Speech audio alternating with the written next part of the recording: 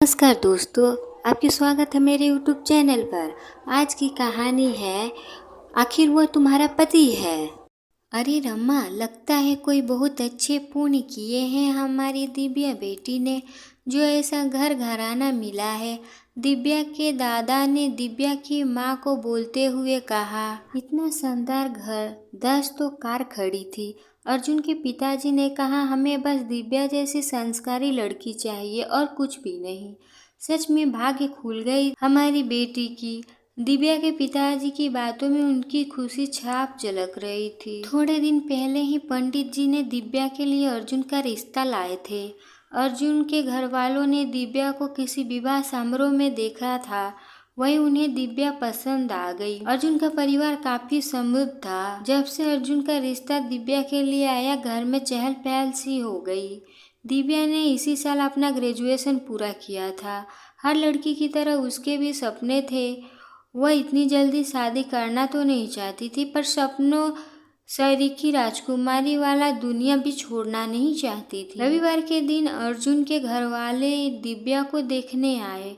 दिव्या उन्हें पहले ही पसंद थी, तो ये मिलना महज एक औपचारिकता भर थी। दिव्या जब चाय लेकर आई, उनके कनखियों से अर्जुन को देखा। वह देखने में उसे काफी अच्छा लगा।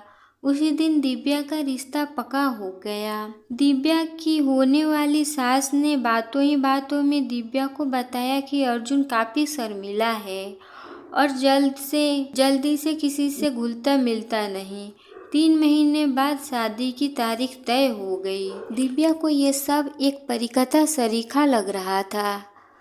उसने सोचा ही नहीं कि एक दिन सपनों का राजकुमार सच में उसे मिल जाएगा, जो उसे राजकुमारी बनाकर रखेगा। जब उनकी सगाई हुई तो उसे मिले तोहफों को देख सारे रिश्तेदारों और उसकी सहेलियां की आंखें चुंदी आ गई। कईयों को तो दिव्या की किस्मत से रश्क होने लगा। समय पंख लगाकर उड़ रहा था।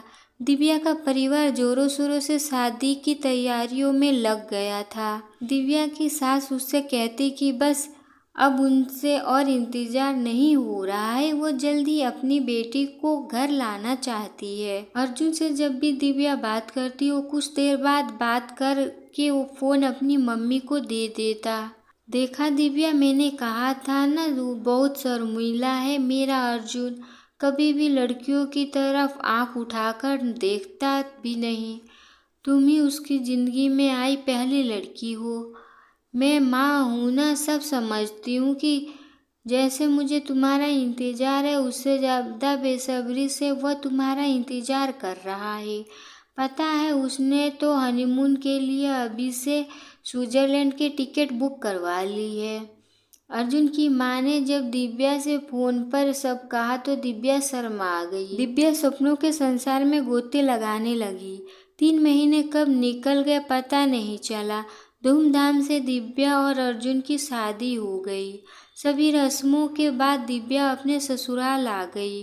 दिव्या की शादी की पहली रात थी। दिव्या काफ़ी घबराई सकुचाई थी। दिव्या जैसे ही अपने कमरे में गई, उसने देखा अर्जुन गहरी नींद में सो रहा है। दिव्या उससे अपलक निहारती रही। शादी की इतनी गहमा गहमी रस्में, फिर फ्लाइट का सफ़र, थकान हो गया तो लाजमी है। अगली सुबह जब गिलास गिरने की आवाज़ के साथ दिव्या की नींद खुली, उसने देखा अर्जुन बदहवास सा खड़ा है और सारा सामान फेंक रहा है। उसने अर्जुन को रोकने की कोशिश की, मगर अर्जुन ने उसे धक्का दे दिया। सामने दरवाज़ा पीटने की आवाज़ आ रही थी। दिव्या ने भागकर दरवाज़ा खोला तो सामने अर्जुन की माँ खड़ी थी।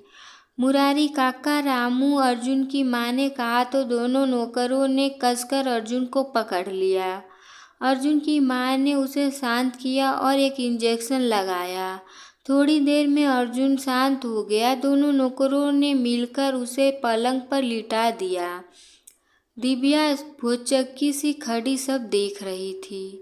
कुछ नहीं बेटा, तुम डरो मत, बस कभी कभी ऐसा हो जाता है। उसे एक छोटी सी न्यूरोलॉजिकल प्रॉब्लम है, तो वो हो जाता है, दिव्या की सास ने उससे कहा। दिव्या एकटक उन्हें देखती रही। दिव्या, ब्रेकफास्ट रेडी है, तुम जल्दी से फ्रेश होकर नीचे आ जाओ। दिव्या की सास ने दिव्या को बोला और चली गई। दिव्या ने अर्जुन को देखा और वह बेसुध सा पलंग पर लेटा था। दिव्या को ऐसा लगा कि वो कुछ सोच नहीं पा रही है। वो तैयार होकर नीचे पहुंची। अगर आप लोगों का सब ड्रामा पूरा हो गया तो मैं आज लंदन वापस जा रहा हूँ। अर्जुन के छोटे भाई विदित की आवाज़ दिव्या ने सुनी। थोड़ी ही देर में विदित सूटकेस के साथ घर से निकल गया। दिव्या को कुछ समझ नहीं आ रहा था। बैठो ना बेटा, खड़ी क्यों हो? अर्जुन की दादाजी ने कहा। दिव्या ने उनके पांव छुए। सौभाग्यवती भव, दादाजी ने आशीर्वाद दिया। चिंता मत करो बेटा, सब ठीक है, तुम नाश्ता करो। मुरारी, जरा बहू को जूस लाकर दो। दादाजी ने कहने पर दिव्या ने अनमने मन से नाश्ता किया, पर हजारों सवाल उसके दिमाग में थे। अब तो ये रोज का हो गया था। हर दिन अर्जुन को इंजेक्शन दिए जाते। जब तक वो दवाइयों के नशे में रहता वो शांत रहता।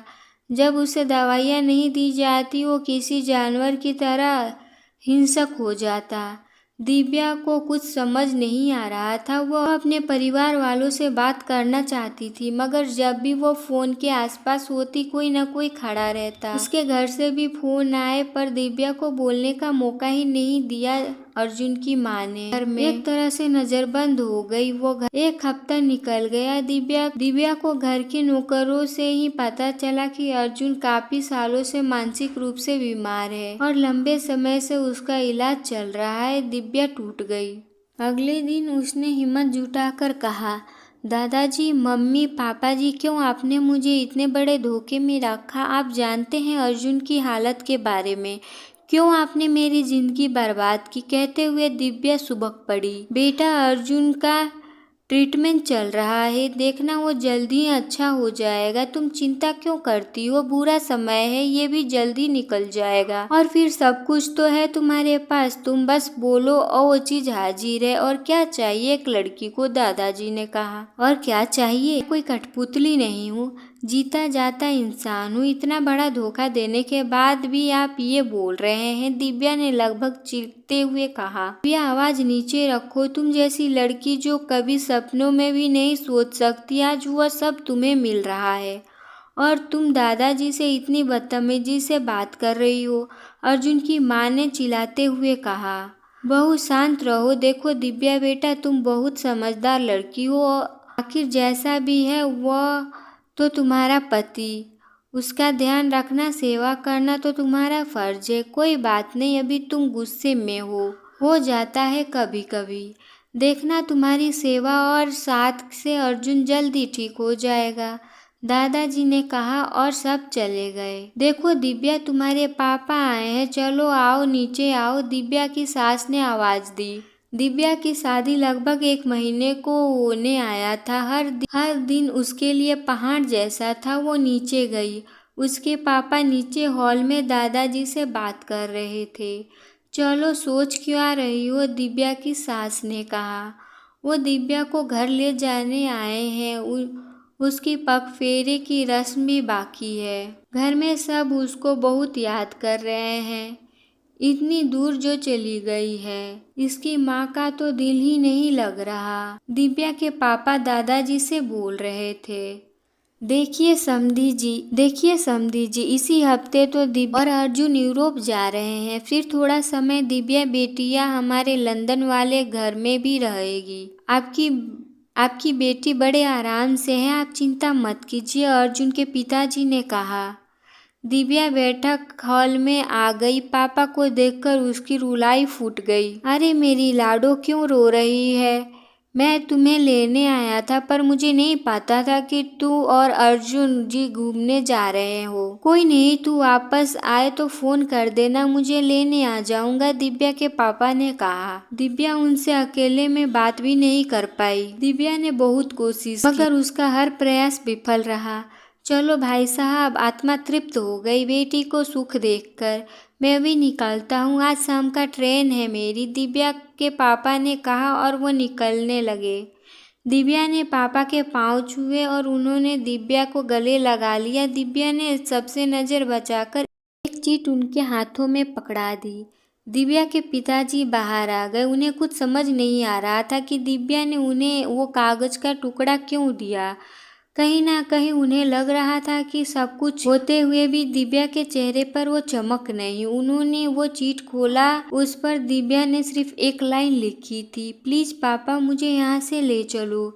दिव्या के पापा का मन अनहोनी सा आशंका से कांप गया। आधे घंटे बाद वो फिर सब दिव्या के घर पर गए। समधी जी, अभी अभी घर से फोन आया है, दिव्या के दादाजी का तबीयत बहुत खराब है, मुझे दिव्या को ले जाना पड़ेगा, दिव्या के पापा ने कहा। थोड़ी ही देर में दिव्या अपने पिता के साथ ट्रेन में दिव्या के पिताजी ने सवाल किया पर वह शून्य में ताक रही थी।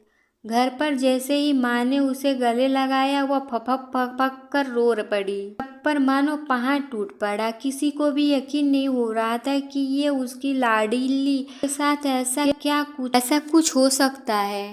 दिव्या मैम, क्या हुआ? कहाँ खो गई आप?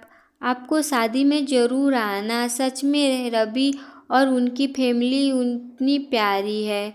मम्मी पापा भी बहुत खुश है कि इतने बड़े घर में मेरा रिश्ता हुआ है। ऋतु बोलती जा रही थी। ऋतु, मैं सच में तुम्हारे लिए बहुत खुश हूँ।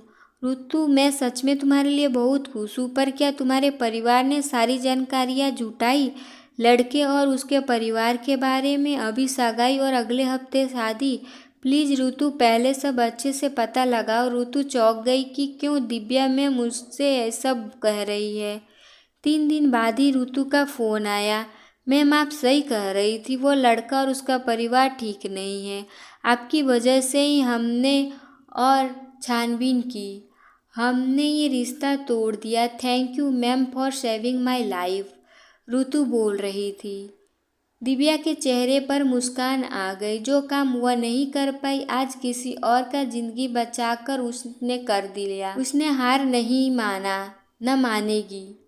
ऋतु को उसने दूसरी दिव्या नहीं बनने दिया। जिंदगी थम जाने का नाम नहीं, उसने समझा लिया था। दिव्या मैम आज क्लास नहीं लेंगे क्या? उसके स्टूडेंट का उसका इंतजार कर रहे। अभी आई। दिव्या मुस्कुराती हुई अपनी क्लास में चली गई। दिव्या की कहानी हमारे समाज की एक सच्ची कहानी है। शादी का ऐसा बंधन है जो गुड्डे गुड़ियों का खेल नहीं, मगर ना जाने क्यों कई बार जीवन के इतने बड़े फैसले को हम किस्मत के भरोसे छोड़ देते हैं। सिर्फ बाहरी दिखावा कुछ नहीं होता, हकीकत तो यह है जो दिखता है वो हो यह जरूरी नहीं। ना जाने कितनी ही दिव्या है जो इस धोखाधड़ी का शिकार बनती है। इसलिए मेरा अनुरोध है कि शादी जैसा बड़ा फैसला लेने के लिए अच्छी तरह से जांच परख की जाए। आपको ये कहानी कैसी लगी? मुझे अपनी राय कमेंट बॉक्स में दीजिएगा। कहानी पसंद आए तो लाइक, शेयर और सब्सक्राइब कर दीजिए। मिलते हैं अगली कहानी में। Thank you for watching video.